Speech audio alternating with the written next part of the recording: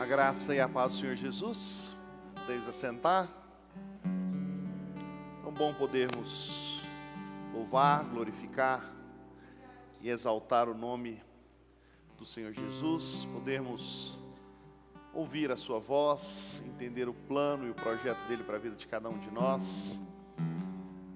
Bom ver a igreja já muito mais pessoas que os 3 domingos anteriores. Acho que a gente está começando a voltar ao normal. Dá para a gente uma alegria tão grande poder saber que a gente pode estar junto, né? Já estávamos celebrando através do YouTube. Quero dar boa noite aos irmãos que estão nos assistindo aí através do YouTube. Que o Senhor possa falar ao seu coração. Fique com o seu coração muito em paz nesses dias. Que o Senhor possa falar a sua vida, né? Que você possa sentir o cuidado do Senhor de uma maneira muito especial. Tenho certeza que Deus tem usado não só o templo, mas falado a tantas pessoas aí através do canal do YouTube. Já para o Iago não brigar comigo, você que ainda não está inscrito, se inscreva, vai lá e clica no sininho, né, Iago? Precisamos, quanto mais inscrições tivermos, melhor, tá joia? Fazer isso logo no início, porque todo domingo ele me pede e eu acabo esquecendo. Então, se você ainda não clicou lá no sininho para receber as notificações, faça isso. Vai nos ajudar muito aí o Ministério de Comunicação. Abra sua Bíblia em João capítulo 12.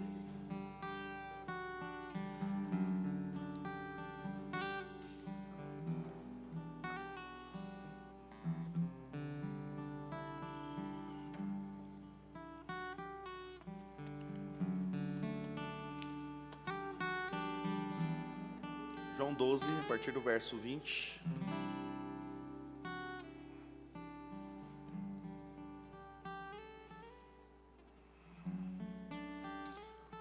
Ora, entre os que subiram para adorar durante a festa, havia alguns gregos. Estes, pois, se dirigiam a Filipe, que era de Betsaida da Galiléia, e rogaram ao Senhor: queremos ver Jesus. Filipe foi dizê-lo a André, e André a Filipe, e o comunicaram a Jesus. Respondeu-lhe Jesus: é chegada a hora de ser glorificado o Filho do Homem.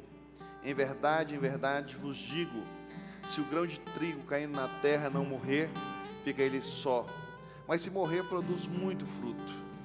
Quem ama a vida, perde-a, mas aquele que odeia a sua vida neste mundo, preservá-la-á para a vida eterna. Se alguém me serve, siga-me, e onde eu estou, ali estará também o meu servo.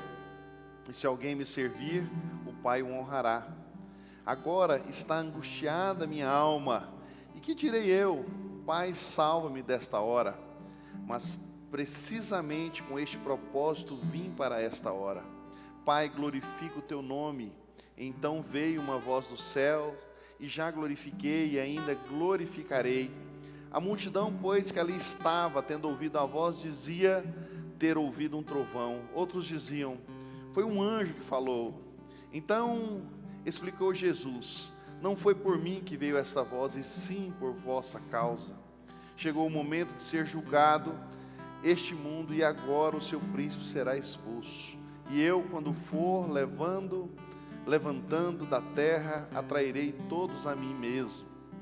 Nós estamos no último domingo do mês. Sempre no último domingo a gente tenta trazer uma mensagem mais missionária, né? Nós sempre temos falado de missões durante os domingos. Eu não podia deixar de estar fazendo isso hoje, né? O último domingo do mês. E eu fiquei pensando nesse texto, refletindo um pouquinho. Já preguei nesse texto hoje pela manhã. E o que a palavra traz para mim, se eu pudesse dar um nome para esse texto, eu acho que é o privilégio de ver Jesus. A nossa igreja tem tido esse exemplo de ser uma igreja cristocêntrica, onde Jesus é o centro desse lugar. Não é pastor, não é denominação, não é liderança, mas o centro dessa igreja é Jesus, né? O nosso slogan lá atrás: somos de Jesus, somos Betesda. É um orgulho tão grande saber que Jesus é o dono desse lugar. É Ele quem fala conosco. Quando eu olho para para esse texto, eu fico vendo as pessoas tentando ter esse encontro com Jesus, porque ele era alguém especial. Muitas vezes a gente quer encontrar com alguma pessoa e a gente fica, para a gente nossa, aquela pessoa é a pessoa, né? Hoje pela manhã eu estava falando, alguns vão para a porta do palácio para ver o Bolsonaro, ficam ali horas no sol, às vezes até passando mal. Por quê? Porque quer ver o tão famoso mito. Interessante, né? Um ser humano, as pessoas querem chegar perto para tirar uma foto. Eu estou usando o exemplo do Bolsonaro porque é a nossa pessoa mais próxima nesses dias, que a gente vê muito isso acontecendo. Quem ama o Bolsonaro, ama o Bolsonaro. Quem odeia, odeia o Bolsonaro mais do que tudo na vida. Quantas pessoas no decorrer da história a gente já viu desse jeito, né? Que as pessoas faziam tudo para estar perto, né? Principalmente quando é um líder, quando é uma pessoa muito influente, as pessoas têm um desejo de estar próximo, né? Às vezes até mesmo de uma grande companhia, né? O cara é o presidente de tal empresa, vou chegar perto dele, vou tirar uma foto. Mas aqui a gente vê Jesus, o nosso Senhor, mas um Jesus que nasce de uma forma tão simples, chega até nós de uma maneira tão simples, né? Podia ter nascido num palácio, mas nasceu numa manjedoura, lá naquela parte ali da hospedaria onde os animais se encontravam, e foi ali que ele nasceu de uma forma simples. Olhando para o texto e entendendo um pouquinho a respeito desse texto, a parte superior do capítulo, ele fala que Jesus teve os pés ungidos, né? Aquelas duas irmãs estavam ali chorando, seu irmão havia morrido, de repente Jesus chega na sua casa, e uma delas só queria estar perto de Jesus. Em determinado momento, Jesus está ali, e ela começa então a lavar os pés de Jesus, mas a forma de lavar os pés era com água, e aquela mulher então começa a colocar aquele perfume de alabastro ali no pé de Jesus, começa então a enxugar os seus pés com o cabelo. Foi aquela forma daquela mulher dizer: Jesus, como eu te amo. Né? Essa última música a gente estava falando, eu estou aqui para dizer que te amo. Aquela mulher estava falando com as suas ações que ela amava Jesus. Usou o próprio cabelo. Logo em seguida, Jesus então tem aquela entrada ali em Jerusalém, triunfal, naquele jumentinho que não era dele, que alguns pregadores por aí ainda querem dizer que ele entrou foi numa Ferrari de último tipo. Não, Jesus entrou num jumentinho que não era dele, era emprestado, e ele entra em Jerusalém. Essa é a introdução do capítulo. E aí nós encontramos agora alguns homens que saíram da onde estavam para ter um encontro com Jesus, para ver Jesus. O desejo dos gregos e os obstáculos do caminho é a primeira coisa que eu queria pensar com os irmãos nessa noite. Aqueles homens gregos vieram do Ocidente, como os magos do Oriente fizeram quando Jesus nasceu, e agora aqueles homens vêm da mesma forma para ver Jesus. Passaram por obstáculos, andaram dias e dias com o desejo de ver Jesus.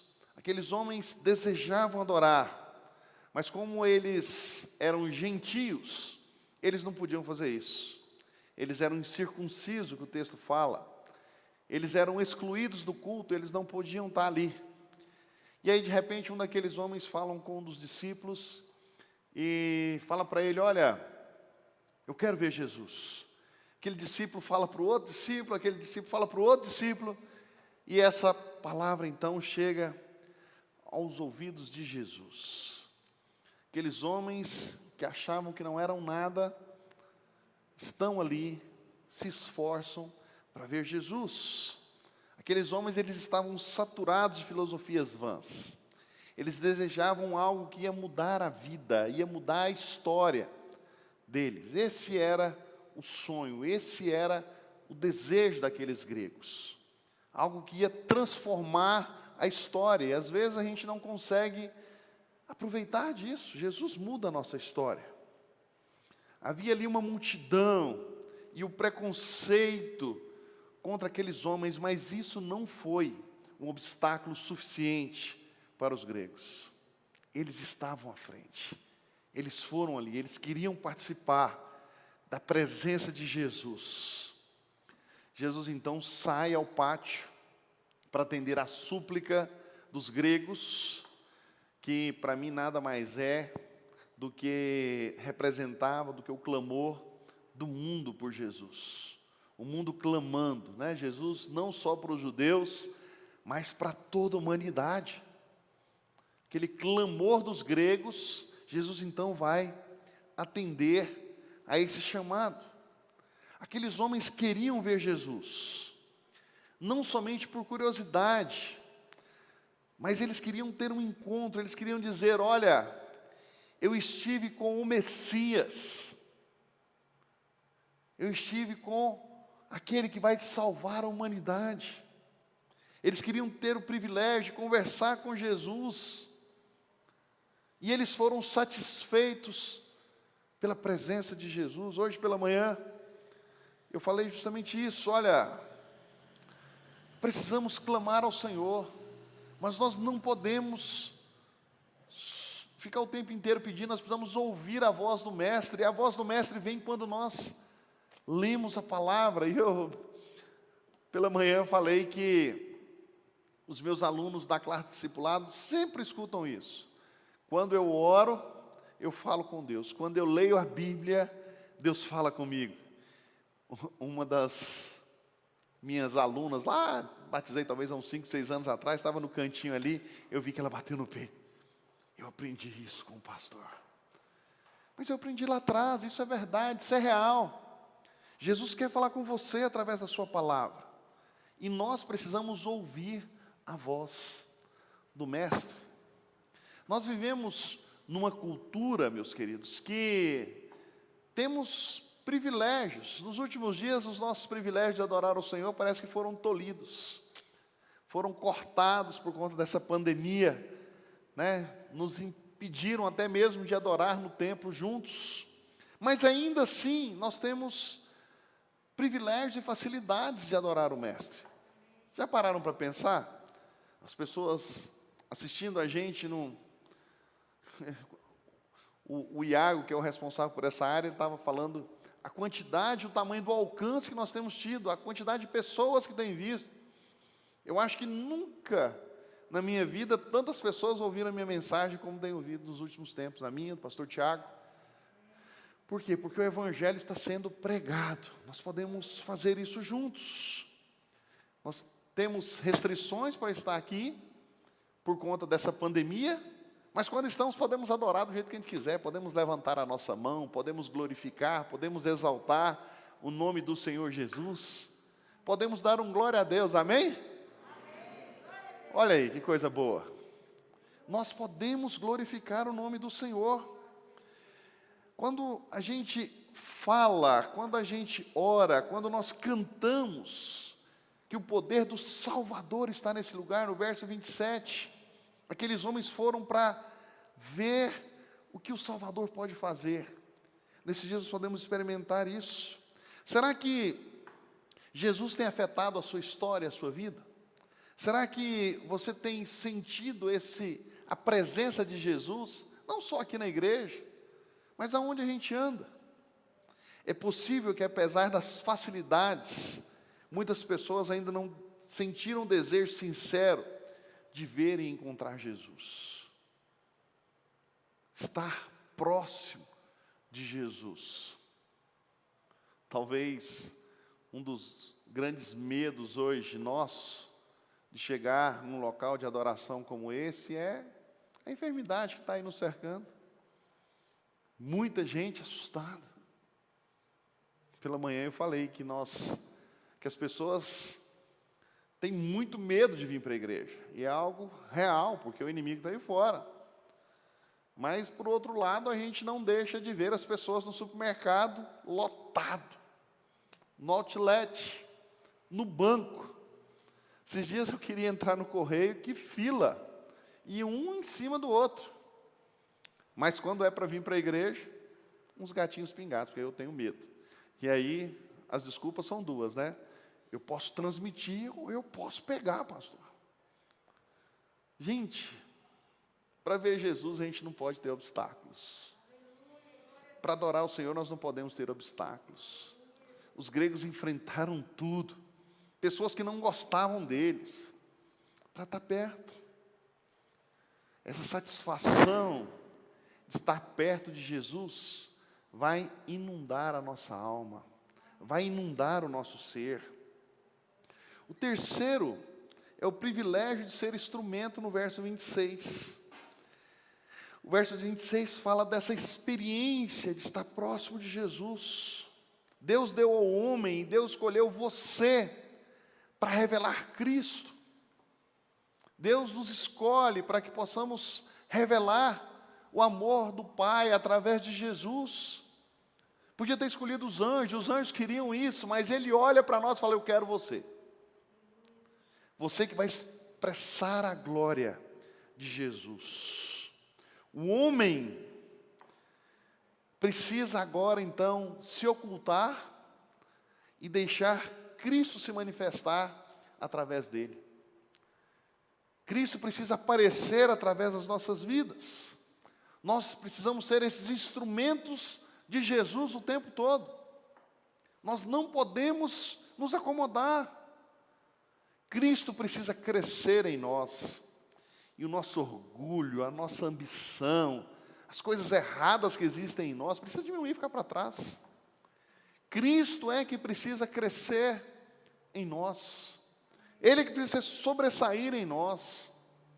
Se você sempre foi uma pessoa explosiva, brigona, todo mundo só olha para você e fala, lá vai o brigão. Está na hora de você ser um cara manso, um cara tolerante, para que as pessoas vejam Cristo através da sua pessoa. Se você é um cara que as pessoas não têm paciência com você, é a hora de você mudar suas atitudes.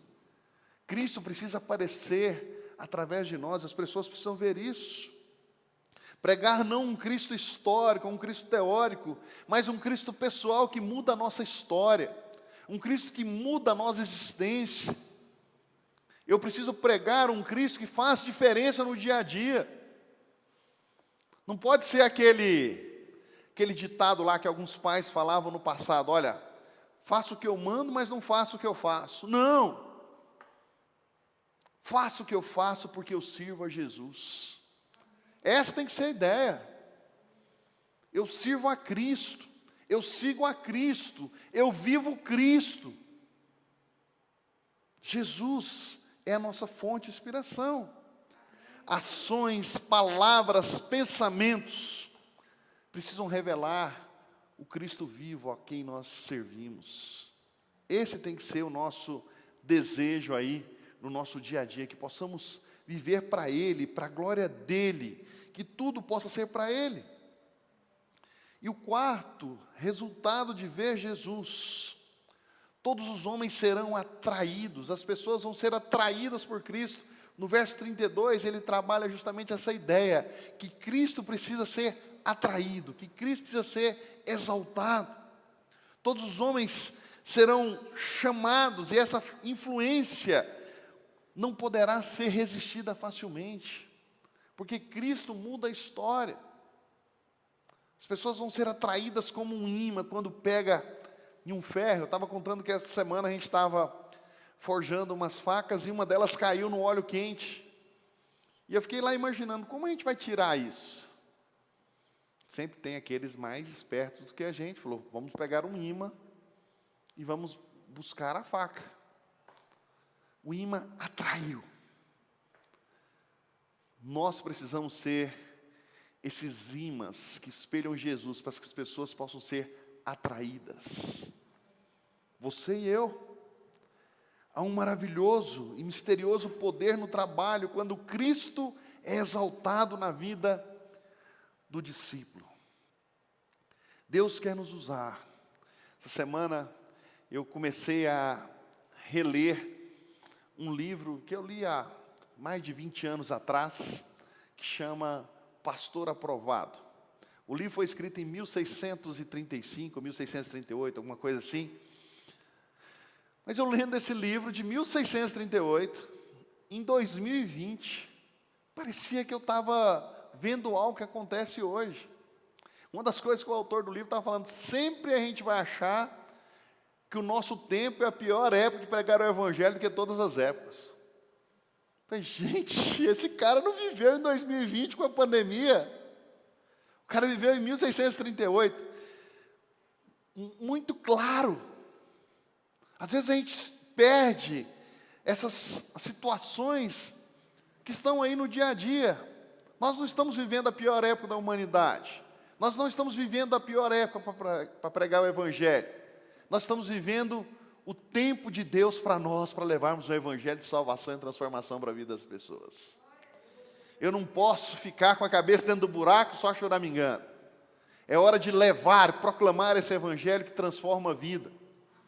É hora de apoiarmos nossos missionários que estão no campo. E alguns deles não quiseram sair no momento de pandemia. Estão lá. Precisamos clamar e orar por eles. Tem muita gente que tem que trazer, não, deixa eles lá. Lá é a casa deles.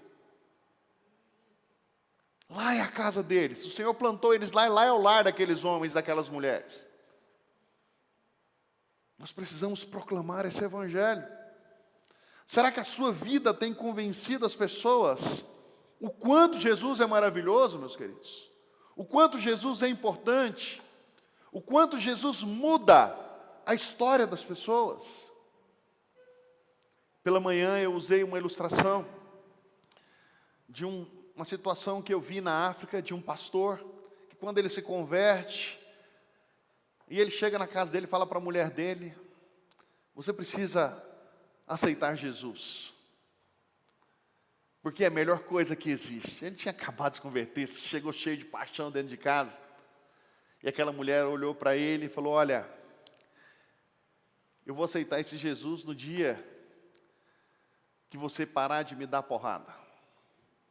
No dia que você não me bater mais, eu vou entender que Jesus mudou a sua vida. Depois eu ouvi o exemplo dessa mulher, quase 30 anos depois, aquele homem nunca mais encostou as mãos nela. Que de fato Jesus mudou a história daquele homem. Jesus, quando muda a nossa história, as coisas erradas ficam para trás. Eis que tudo se fez novo. Todas as coisas são para Ele. As coisas velhas ficaram para trás. E aí, por isso que chamamos isso de novo nascimento. Se tem alguma coisa na sua vida que precisa ser mudada hoje, hoje é o dia. Hoje é o tempo, agora é a hora. Não deixe para depois. Mude. Sirva ao Senhor. Que as pessoas possam se convencer que Jesus é a fonte de toda a sua inspiração.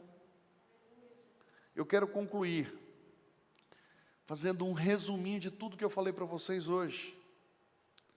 O desejo dos gregos foram mais fortes do que os obstáculos. Tinha obstáculo, tinha luta, mas eles foram atrás para ver Jesus. Nós temos privilégios e facilidades no meio da pandemia para adorar.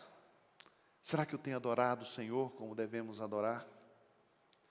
Eu preciso ser um instrumento de Deus, e isso é um privilégio.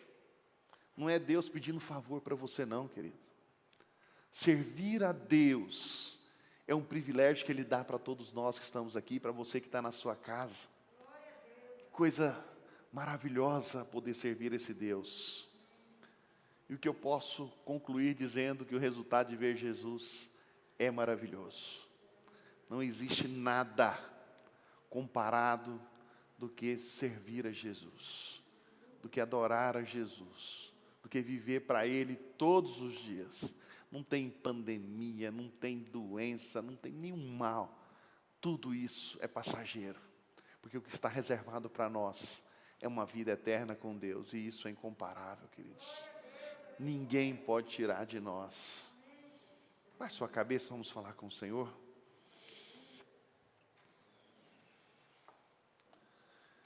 Deus, eu quero nesse instante glorificar e exaltar ao Senhor. Como é bom poder te servir, como é bom poder te exaltar, como é bom poder dizer que amamos ao Senhor.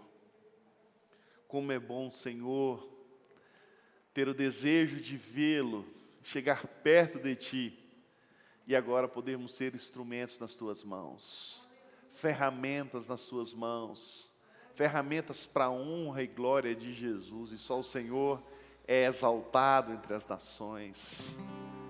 Deus, que cada um de nós que estamos aqui no templo, os irmãos que estão em casa nos assistindo, possamos ter o desejo, Senhor, íntimo, de te servir com o que há de melhor em nós, não com as migalhas, Deus, mas com todo o nosso tempo, com todos os nossos recursos.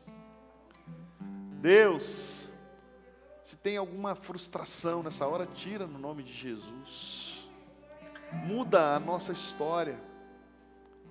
Obrigado, Senhor, pelo privilégio que o Senhor nos deu de sermos instrumentos nas Tuas mãos. Quero glorificar ao Senhor e adorá-lo, no nome santo e bendito de Jesus. Amém.